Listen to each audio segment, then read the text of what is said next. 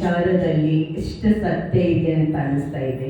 ಹೌದಲ್ರಿ ತಾಯಂದ್ರೆ, ನಿನ್ನೆನೆ ನಾವು ಮಹಾಶಿವರಾತ್ರಿ ಉಪಾಸನ ಮಾಡಿದೀವಲ್ರಿ. ಎಲ್ಲರೂ ಮಹಾಶಿವರಾತ್ರಿ ಉಪವಾಸ ಮಾಡಿದೀವಿ, ಪೂಜಾ ಮಾಡಿದೀವಿ, ಭಗವಂತನಿಗೆ ಏನೇನು ಬೇಕು ಎಲ್ಲನೇ ಕೇಳ್ತೀವಿ. ಆದರೆ ನಾವು ಯಾವಾಗರೇ ದೇವರಿಗೆ ಏನು ಬೇಕು ಅಂತ ಕೇಳಿವೇನ್ರಿ?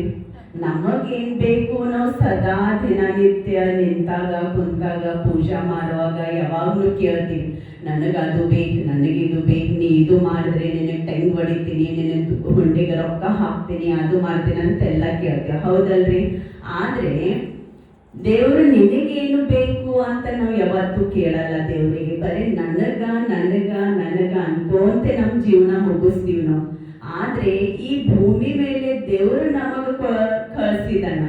ಆ ಒಂದು ಎಷ್ಟು ದೊಡ್ಡದ ಒಂದು ನಮ್ಮಲ್ಲಿರೋ ಅಂಥದ್ದು ದೇವ್ರು ನಮ್ಗೆ ಎಷ್ಟು ಎಲ್ಲಾನೇ ನಮಗೆ ಕೊಟ್ಟಿದ್ದೆ. ಆದ್ರೆ ನಾವು ದೇವ್ರಿಗೆ ಏನೂ ಕೊಡಲ್ಲ. ಕೊಲ್ಲಿದ್ದಾನ ಈ ಪ್ರಪಂಚನೇ ದೇವ್ರು ನಮಗೆ ಕೊಟ್ಟಿದ್ದಾನ, ಈ ಸೃಷ್ಟಿನೇ ದೇವ್ರು ನಮಗೆ ಕೊಟ್ಟಿದ್ದಾನ, ಜೀವದಾನನೇ ನಮಗೆ ದೇವ್ರು ಕೊಟ್ಟಿದ್ದಾನ. ಅಂದ್ರೂ ಕೂಡ ನಮಗೆ ಯಾವಾಗ ಕಷ್ಟ ಬರ್ತದ ನಾವು ದೇವ್ರಿಗೆ ಎಷ್ಟು ಬೈತೀವ್ರಿ.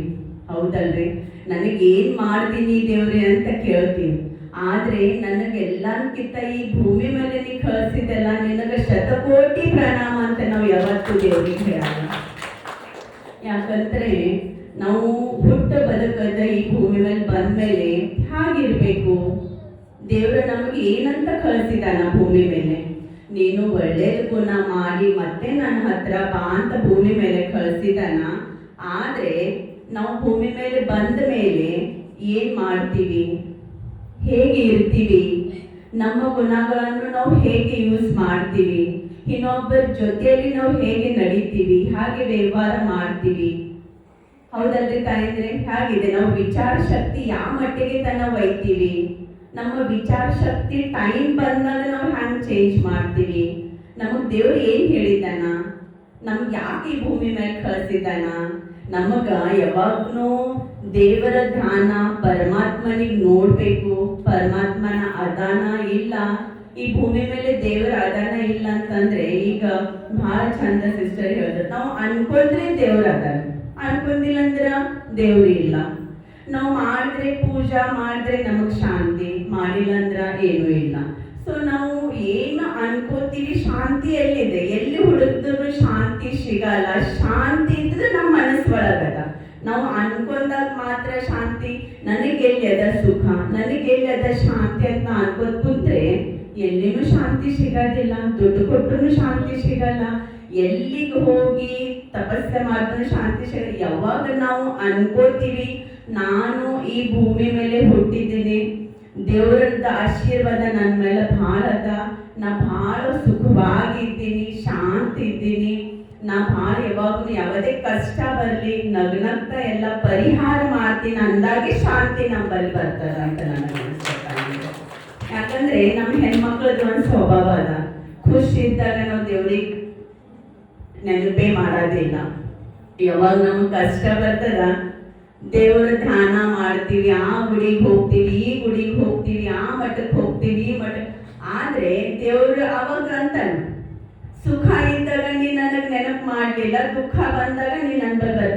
ಆದ್ರೆ ನಾವು ನಮ್ ನೆನಪಿದ್ದಾಗ ಅಷ್ಟೇ ದೇವ್ರ. ಆದ್ರೆ ದೇವ್ರ ಯಾವತ್ತೂ ನಮ್ಮ ಜೊತೆಯಲ್ಲಿ ಇರ್ತಾನೆ, ಯಾವತ್ತೂ ಅವ್ರ ಆಶೀರ್ವಾದ ನಮ್ಮ ಮೇಲಿರ್ತದೆ. ಹಾಗಾಗಿ ನಾವು ಮನುಷ್ಯ ಪ್ರಾಣಿ ಅಷ್ಟು ಸ್ವಾರ್ಥಿ ಈ ಭೂಮಿ ಮೇಲೆ ಯಾರ್ಯಾರು ಇಲ್ಲ.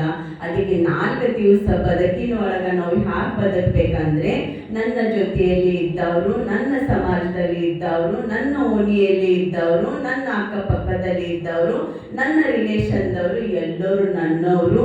ನನ್ನದಿಂದ ಒಳ್ಳೇದಾಗ್ಲಿ, ಇನ್ನೊಬ್ಬರದ್ದು ಕೆಟ್ಟದಾಗೋದು ಬೇಡ, ಇನ್ನೊಬ್ಬರು ನಿಂದೆ ಮಾಡೋದು ಬೇಡ ಅನ್ನೋಂಥ ಭಾವನೆ ನಮ್ಮಲ್ಲಿ ಇದ್ದಾಗ ಮಾತ್ರ ನಾವು ಒಂದು ಒಳ್ಳೆಯ ಮನುಷ್ಯತ್ವ ಆಗ್ಲಿಕ್ಕೆ ಸಾಧ್ಯ ಅಂತ ಹೇಳ್ತೀನಿ. ಅದಕ್ಕೆ ಮಹಾಶಿವರಾತ್ರಿ ಹಬ್ಬ ನಿನ್ನೆನೆ ನಮ್ಮ ಗುಲ್ಬರ್ಗದಲ್ಲಿ ಗೀತಾನಗರದಲ್ಲಿ ಮಾಡಿದ್ರು. ಇವತ್ತು ನಮ್ಮ ಶಹಾಬಾದಲ್ಲಿ ಕಾರ್ಯಕ್ರಮ ಮಾಡಿದ್ರು. ಜಯಶ್ರೀ ಅವರು ನನಗೆ ಕಾಲ್ ಮಾಡಿ ಹೇಳಿದ್ರು, ಬಟ್ ಸಾರಿ ಎಲ್ಲರಿಗೆ ಕ್ಷಮೆ ಕೇಳ್ತೀನಿ ನಾನು, ಯಾಕಂದ್ರೆ ಕರೆಕ್ಟ್ ಟೈಮ್ ಸ್ವಲ್ಪ ಕಮ್ಯುನಿಕೇಶನ್ ಆಗಿಲ್ಲ. ಸೊ ಎಲ್ಲರಿಗೆ ಕ್ಷಮೆ ಕೇಳ್ಕೊಂತೀನಿ. ಯಾಕಂದ್ರೆ ನನ್ನ ಶಹಾಬಾದ ನನಗೆ ಬಹಳಷ್ಟು, ನಂದೆಲ್ಲ ಸಹೋದರ ಅದರ, ತಾಯಂದ್ರ ಅದರ, ಭಾಳ ಖುಷಿ ಆಗ್ತದೆ. ಯಾವುದೇ ಒಂದು ಕಾರ್ಯಕ್ರಮ ಇರಲಿ ಏನೇ ಇದ್ದರೂ ಕೂಡ ನನಗೆ ಬಂದು ಭಾಗವಹಿಸ್ಲಿಕ್ಕೆ ಭಾಳ ಸಂತೋಷ ಆಗ್ತದೆ.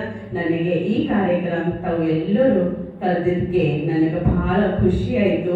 ಸೊ ಇಂಥ ಧಾರ್ಮಿಕ ಕಾರ್ಯಕ್ರಮ, ಯಾಕಂದ್ರೆ ಸಣ್ಣ ಮಕ್ಕಳದರ ಎಲ್ಲಿ ಶಾಂತಿ ಇರ್ತದ, ಎಲ್ಲಿ ಸಮಾಧಾನ ಇರ್ತದ, ಅಲ್ಲಿ ಮಾತ್ರ ನಾವು ಜೀವನದಾಗ ಒಂದು ವಿಚಾರಗಳು ಯೋಗ್ಯ ಒಂದು ವಿಚಾರ ಶಕ್ತಿ ಒಳ್ಳೆಯದಾಗಿ ಇಟ್ಕೋಕ್ ಸಾಧ್ಯ.